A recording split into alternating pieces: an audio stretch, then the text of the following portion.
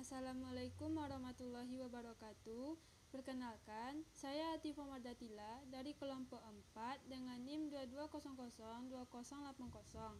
Pada kesempatan kali ini, saya akan mempresentasikan materi filsafat administrasi pendidikan mengenai teori kebenaran dengan dosen pengampu Ibu Nuhizrah Gistituati MED dan Ibu Tia Ayuningrum SPD MPD.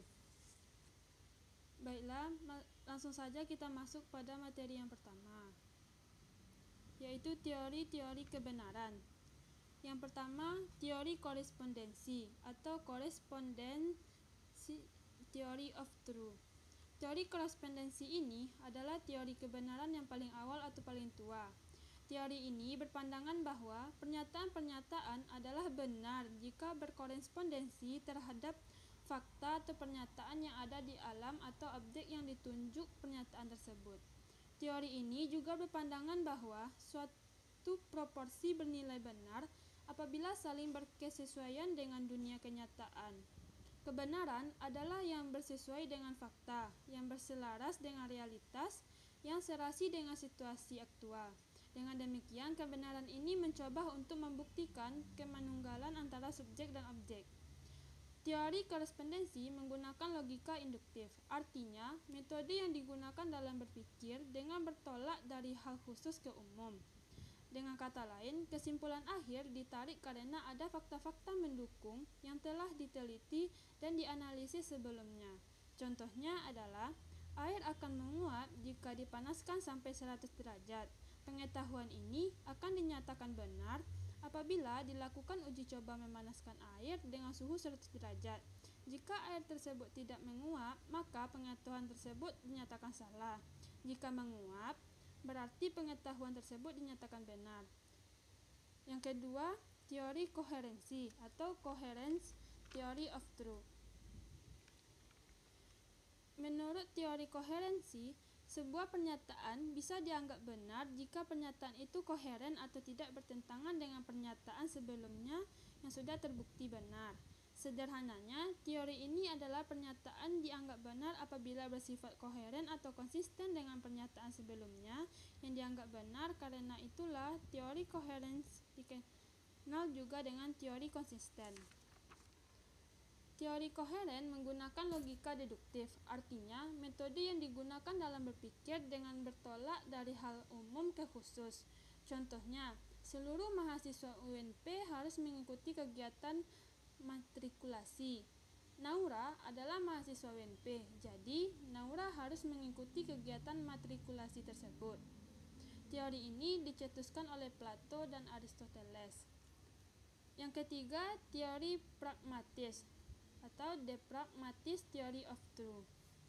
Teori pragmatis berbeda dengan dua teori sebelumnya. Dalam menentukan dasar kebenaran, jika pada korespondensi dasar kebenarannya adalah fakta objektif dan pada teori koheren adalah konsisten, maka teori pragmatis meletakkan dasar kebenarannya pada manfaat praktis dalam memecahkan persoalan kehidupan. Tidak hanya berlaku pada dunia empiris, teori pragmatis lebih lanjut juga bisa diterapkan berkaitan dengan objek pengetahuan metafisik. Teori ini muncul sebagai kritik terhadap kaum positivis yang menganggap pernyataan metafisik sebagai pernyataan yang tidak bermakna karena ia tidak memiliki dasar faktual di dunia empiris. Menurut kaum pragmatis, pernyataan metafisik bisa menjadi pernyataan yang benar selama ia memiliki manfaat dalam kehidupan. Contohnya, neraka ada bagi manusia yang berperilaku jahat. Terlepas dari ketidakbuktian empirisnya tentang neraka, pernyataan itu bisa dianggap pernyataan benar karena memiliki manfaat dalam menurunkan angka kejahatan. Selanjutnya, teori performa atau the performance theory of truth. Teori ini berasal dari John Langhouse Austin dan dianut oleh filsuf lain seperti Frank Ramsey dan Peter Strawson. Filsuf ini mau menentang teori klasik bahwa benar dan salah adalah ungkapan yang hanya menyatakan sesuatu. Proporsi yang benar berarti proporsi itu menyatakan sesuatu yang memang dianggap benar, demikian sebaliknya.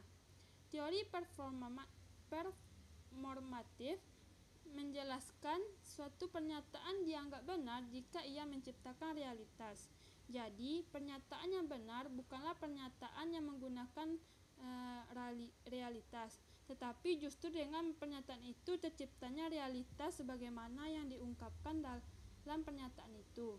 Contohnya, dengan ini saya mengangkat Anda sebagai manajer perusahaan spesies S3. Dengan pernyataan itu terciptanya sebuah realitas baru, yaitu Anda sebagai manajer perusahaan spesies S3. Tentunya setelah SK-nya turun. Di sini ada perbuatan yang dilakukan bersamaan dengan pengucapan kata itu. Dengan pernyataan itu, suatu penampilan atau perbuatan atau performance dilakukan. Yang kelima, agama sebagai teori kebenaran atau the religious as theory of truth. Pada hakikatnya, manusia hidup di dunia adalah sebagai makhluk yang suka mencari kebenaran. Salah satu cara untuk mencari suatu kebenaran adalah agama. Agama dengan karakteristiknya sendiri memberikan jawaban atas segala persoalan asasi yang dipertanyakan manusia, baik tentang alam, manusia maupun tentang Tuhan. Dalam mendapatkan kebenaran, menurut teori agama adalah wahyu yang bersumber dari Tuhan. Manusia dalam mencari dan menentukan kebenaran sesuatu dalam agama dengan cara mempertahankan atau mencari jawaban berbagai masalah kepada kitab suci. Dengan demikian, sesuatu hal dianggap benar apabila sesuai dengan ajaran agama atau wahyu sebagai penentu kebenaran yang mutlak. Selanjutnya, kebenaran ilmu administrasi pendidikan. Hakikat kebenaran dalam administrasi pendidikan dapat dikatakan sebagai sesuatu cara atau langkah dalam mencari kebenaran yang hakiki melalui proses pencapaian tujuan pendidikan. Hakikat kebenaran ini berlaku selama tujuan yang ingin dicapai pendidikan sejalan dengan proses pendidikan. Hakikat kebenaran dalam administrasi pendidikan diaplikasikan dalam proses pendidikan di sekolah. Penetapan kebijakan dalam pengelolaan administrasi pendidikan di sekolah dilaksanakan dalam proses perencanaan, pengorganisasian, pengarahan, pengkoordinasian, pembiayaan, penilaian, kegiatan kurikulum, kesiswaan, sarana dan prasarana, personalia sekolah, keuangan, dan hubungan masyarakat. Kegiatan tersebut haruslah sesuai dengan aturan perundangan yang berlaku. Jika pelaksanaannya tidak sesuai, maka sekolah dalam menerapkan kebenaran tidak dapat terlaksana. Artinya, jika salah satu kegiatan pengadministrasian sekolah ada yang menyimpang, maka proses sekolah dalam upaya mencari dan menerapkan kebenaran menjadi tercoreng atau dinyatakan keliru atau salah. Selanjutnya, metode mencari kebenaran. Yang pertama, penemuan kebenaran secara kebetulan adalah penemuan yang berlangsung tanpa sengaja dalam sejarah manusia, dan banyak penemuan yang didapatkan secara kebetulan atau tidak disengaja, dan hal itu akhirnya menjadi sesuatu yang sangat berguna bagi kehidupan umat manusia. Karena kebenaran ini tidak diperoleh melalui penelitian yang menggunakan metode tertentu, maka kebenaran jenis ini tidak dapat diterima oleh dunia keilmuan atau dunia metode ilmiah dengan alasan tidak dapat digunakan untuk menggali pengetahuan atau ilmu. Yang kedua, penemuan kebenaran dengan trial dan error. Penemuan coba dan ralat terjadi tanpa adanya kepastian akan berhasil, atau penemuan coba dan ralat ini belum tentu akan mencapai kebenaran yang dicarinya. Memang ada aktivitas mencari kebenaran, tetapi aktivitas itu mengandung unsur spekulatif atau untung-untung. Penemuan dengan cara ini kerap kali memerlukan waktu yang lama, karena tanpa rencana, tanpa terarah, dan tanpa pedoman, dan tidak diketahui tujuannya. Cara coba dan ralat ini pun tidak dapat diterima sebagai cara ilmiah dalam usaha untuk mengungkapkan kebenaran. Yang ketiga, penemuan kebenaran melalui otoritas atau kewibawaan. Pendapat orang-orang yang memiliki otoritas atau kewibawaan, misalnya orang-orang yang punya kedudukan atau kekuasaan, sering diterima sebagai kebenaran, meski pendapat itu tidak didasarkan pada pembuktian ilmiah. Pendapat itu tidak berarti tidak ada gunanya. Pendapat itu tetap berguna, terutama dalam merangsang usaha penemuan baru bagi orang-orang yang menyaksikannya. Namun begitu, ada kalanya pendapat itu ternyata tidak dapat dibuktikan kebenarannya. Dengan begitu, pendapat pemegang otoritas bukanlah pendapat yang berasal dari penelitian, namun hanya berdasarkan pemikiran yang diwarnai subjektif. Yang keempat, penemuan kebenaran secara spekulatif.